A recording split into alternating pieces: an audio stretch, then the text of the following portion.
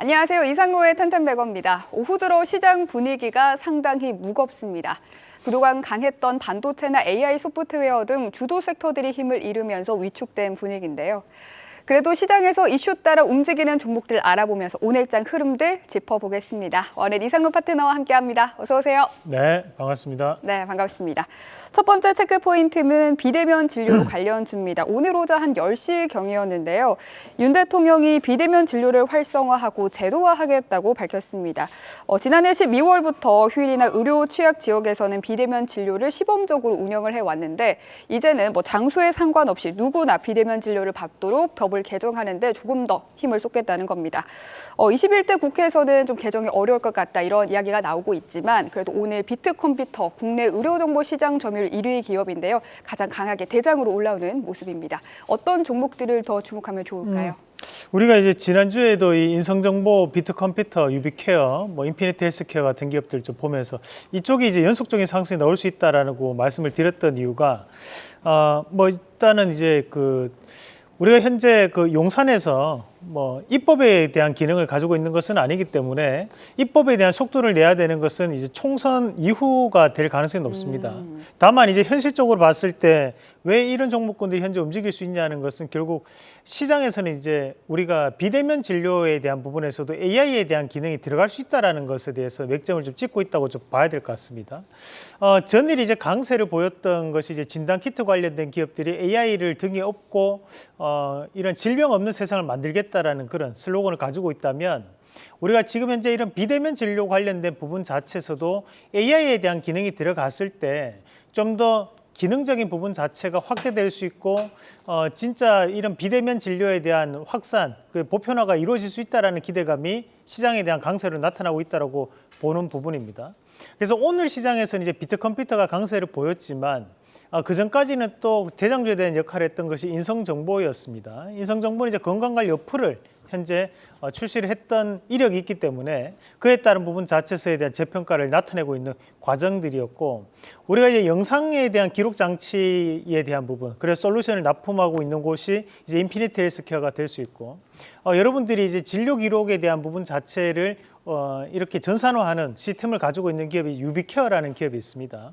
그래서 어떤 기업이 더 중요하다, 안 중요하다라는 부분보다 오늘 비트컴퓨터에 대한 강세는 결국 낙폭이 그만큼 컸기 때문에 이런 장기평을 돌파하는 강세를 좀 보이는 과정들이 아닌가 그렇게 봐야 될 것 같습니다. 그래서 시장은 이슈에 대한 부분도 중요하지만 가격적인 부분에서 저렴한 가격대에 있는 종목군들이 강하게 올라간다는 거, 그리고 우리가 월봉을 잠깐 보시면 월봉상에서의 움직임이 가장 좋은 기업은 이제 인성정보가 가장 좋습니다. 현재 이런 월봉들은 이제 한 달에 봉이 하나가 만들어지다 보니까 이런 추세가 벗어나기 쉽지 않거든요. 이런 과정을 봤을 때는 이런 비대면 진료 관련된 기업들도 추가적인 상승이 가능하다는 부분으로 트레이딩 관점 제시해드리겠습니다. 네, 인성정보가 월봉상으로는 가장 접근하기 수월할 것 같다는 말씀까지 들어봤습니다. 두 번째 체크 포인트입니다. 현물 ETF 승인 이후에 급락했던 비트코인이 2주 만에 다시 반등에 성공했습니다. 이 저항선으로 꼽히는 게 바로 43,000달러인데요. 이 43,000달러를 넘기면서 추가 상승 여력도 있다고 시장은 보고 있습니다. 이 가상화폐 관련주도 오랜만에 반등에 성공한 모습이네요. 네, 43,000달러 그런 데에 대해서 너무 여러분들 의미에 두실 필요 없고 결국에는 이제 국내 가격대로 본다면 이제 5,900만 원을 현재 돌파를 하고 난 다음에 다시 한번 6천만 원 넘어갈 것인가 못 넘어갈 것인가에 대한 부분이라고 봐야겠죠. 그러면 현재 우리가 지금 국내에서도 아직까지는 혼돈에 대한 부분들입니다. 이것이 선물로는 가능한데 현물로는 불가능하다라는 여러 가지에 대한 의견들도 있고 그렇다 보니까 우리가 일단 시장 자체가 불확실한 부분이 연출되고 있다는 것을 감안한다면 테마에 대한 일종이라고 좀 봐야 될 것 같습니다. 오늘 시장에서 이 비트코인 관련된 기업, 가상화폐 관련된 기업 중에서 또 강세를 보이는 기업이 우리기술투자가 있습니다. 우리기술투자 잠시 한번 같이 보도록 하겠습니다. 자, 저희가 말씀드리고 난 다음 우리기술투자가 상당히 급등하는 모습이 나타났었습니다. 앞에서도 50% 이상 급등이 나오고 난 다음 현재 조정폭을 보이고 오늘 다시 한번 더 지지를 밟고 반등이 나오는 과정들인데 우리가 지금 이제 단기간에 하락을 그만큼 했기 때문에 반등폭이 좀 제시되는 그런 양상이라고 좀 봐야 될 것 같고, 그리고 이제 갤럭시안 머니터리 같은 경우에도 우리가 NFT 관련된 이슈가 함께 확산될 수 있다는 여건 하에서 또 반등이 나오고 있습니다.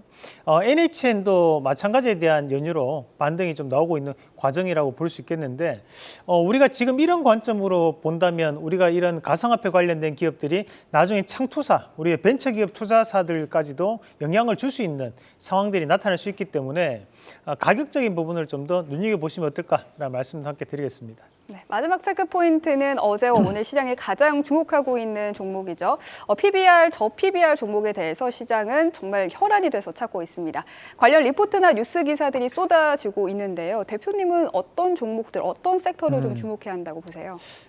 우리가 본 PBR이 주당 순 자산 가치거든요. 자산이 혹시 뭐 더하기 뭔지 아십니까?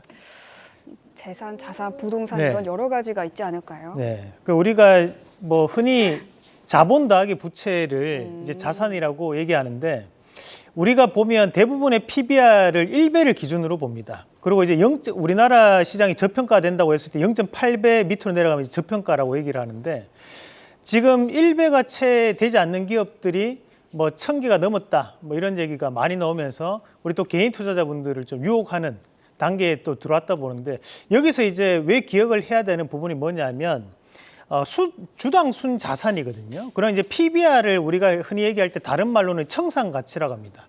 이 기업이 모든 것들을 다 정리할 때 부채도 책임져야 되고 자본도 책임져야겠죠. 그러면 현재 이 저 PBR을 나타내는 곳들이 증권사나 은행사들 또는 건설사들입니다. 우리가 현재 태영건설 같은 경우 현재 PBR이 얼마냐면 0.21배거든요. 그런데 우리가 이 태영건설을 보고 저렴하다고 얘기하지는 않습니다. 왜냐하면 앞서 말씀드렸다시피 주당 순 자산 가치입니다. 그 말인즉슨 부채 더하기 자본이기 때문에 부채가 높아도 주당 순 자산 가치는 1배 밑으로 내려오기 때문입니다. 그러면 지금 현재 현대제철 같은 0.3배, GS건설 0.38배거든요. 그럼 이런 기업들이 과연 저렴한가는 우리가 다시 한 번 더 생각을 한번 해볼 필요는 있다라는 여러분들께 말씀을 좀 드리겠고, 제가 이런 말씀을 드리는 것은 모두 다 이제 저 PBR 주가 좋다라는 얘기들을 지금 시장에서는 많이들 하고 있습니다. 하지만 그 내면을 우리가 본다면 자산에 대한 부분은 부채 더하기 자본이기 때문에 우리 시청자분들이나 우리 개인 투자분들이 접근하실 때는 반드시 한 번 더 체크를 한번 해봐야 된다. 왜냐하면 부채가 높아도 우리가 이것이 자산에 대한 부분이 포함이 되는 거니까 이런 부분은 반드시 기억을 좀 해보시면 좋겠다. 예를 들면 지금 현재 DB금융투자가 0.19배입니다. 그리고 태영건설 0.21배, 그리고 계룡건설이 0.22배입니다. 그리고 그 외에도 BNK 금융지주나 DGB 금융지주, 뭐 GS건설 0.37배거든요. 이런 것들을 조금 감안해서 좀 대응을 하시면 좋을 것 같다라는 말씀을 드리겠습니다. 네, 오늘 공부할 종목은 게임주 들고 오셨네요. 방송에서 건설주 이렇게 얘기하면 안 되는 거잖아요, 그죠? 근데 저희가 갑자기 얘기하고 난 다음에 이 너무 저의 개인적인 의견이라는 것을 다시 한 번 더 말씀을 좀 드리겠고, 자, 오늘 봐야 되는 거 이제 게임주 한번 같이 보도록 하겠습니다.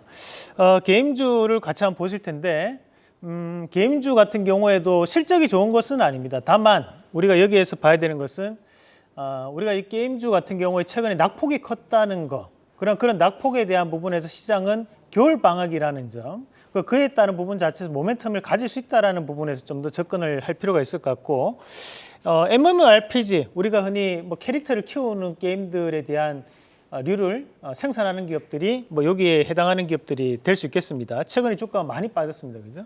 자, 다음 그림도 한번 같이 보도록 하겠습니다. 그리고 이제 우리가 퍼즐 게임이라든지 또는 뭐 FPS라고 해서 뭐 이렇게 1인칭으로 총싸움을 하는 게임들이라든지 그런 게임들도 존재를 합니다. 그죠? 그런 게임들도 참고를 하면 좋을 것 같습니다. 네, 오늘의 원픽도 바로 공개해 주시죠. 뭐 여기에서 이제 우리가 뭐 보는 것은 넷마블이라는 게임주를 말씀을 드리겠는데, 이 넷마블 같은 경우에는 이제 올해 안에 신작 게임에 대한 출시 가능성을 좀 더 높게 판단을 할 수 있는 게임이고, 우리가 여기에서 이제 최근에 이 넷마블에서 가장 흥행이 되는 것은 이제 세븐 나이츠라는 게임입니다. 그 게임에 대한 부분 자체가 캐시카우에 대한 역할을 하고 있는데도 불구하고 적자로 전환되는 모습들도 나타났습니다. 다만 지금부터는 주가가 조금 바뀔 수 있다라고 좀 봐야 될 것 같고, 거기 이제 신작 게임 안에서 이제 나 혼자만 레벨업이라는 게임일 이번 곧 출시를 합니다. 아시다시피 나 혼자만 레벨업이라는 만화도 흥행을 했고, 그리고 웹툰도 상당히 흥행을 했기 때문에 우리 이 게임에 대한 기대감도 시장에서는 있지 않나라고 보는 바, 넷마블에 대한 주가에 대한 변화를 한번 기대해 보자는 말씀을 드리면서 1차적인 목표가는 66,900원, 그 손절가는 55,900원 제시해 드리겠습니다. 네, 오늘의 원픽은 넷마블입니다. 오늘 말씀 여기까지 듣겠습니다.